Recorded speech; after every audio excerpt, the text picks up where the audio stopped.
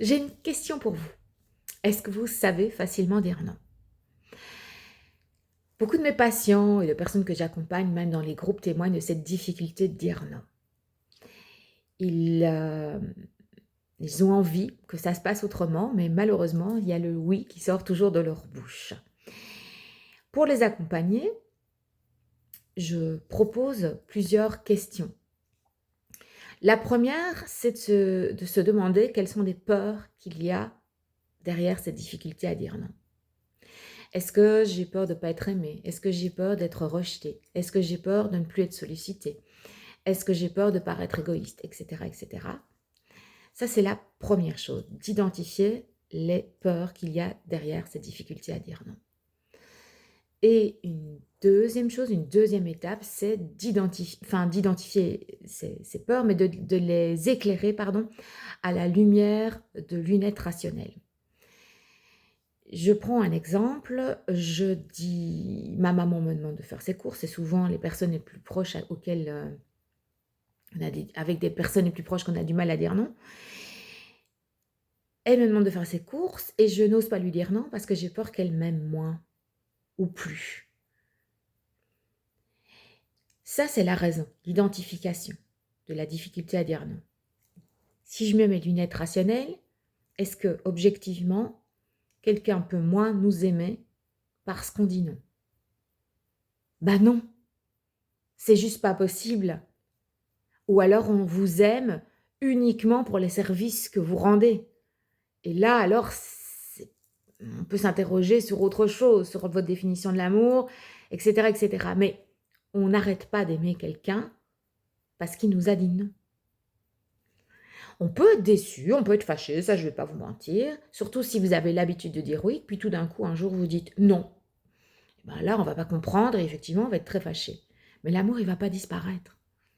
OK? Et donc, quand on identifie nos peurs et qu'on les observe à la loupe de l'objectivité, on se rend compte que nos peurs ne sont pas toujours fondées. Et donc, alors, là, on arrive à une troisième question qui est, mais d'où me viennent ces peurs? Et là, parfois, je ne vais pas vous cacher, on a besoin d'être accompagné parce que d'où ça nous vient cette peur de ne plus être aimé, d'être rejeté, d'être abandonné? Est-ce que c'est quelque chose qu'on a vécu quand on était petit? Est-ce que finalement on a dit oui toujours oui parce qu'on a toujours eu peur depuis notre tendre enfance d'être abandonné, d'être rejeté? Ou est-ce que c'est ce mode relationnel-là qu'on a eu pour se faire aimer? Mais est-ce qu'il est encore nécessaire d'avoir ce mode de fonctionnement aujourd'hui?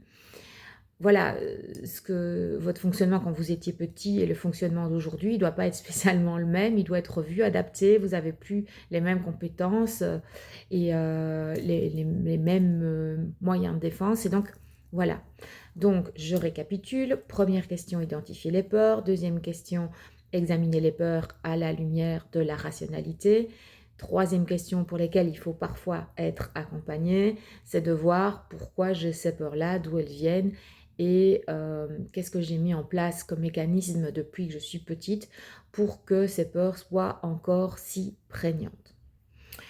Une autre question que j'aurais envie de demander aussi, c'est qu'est-ce qui se passerait si je dis non?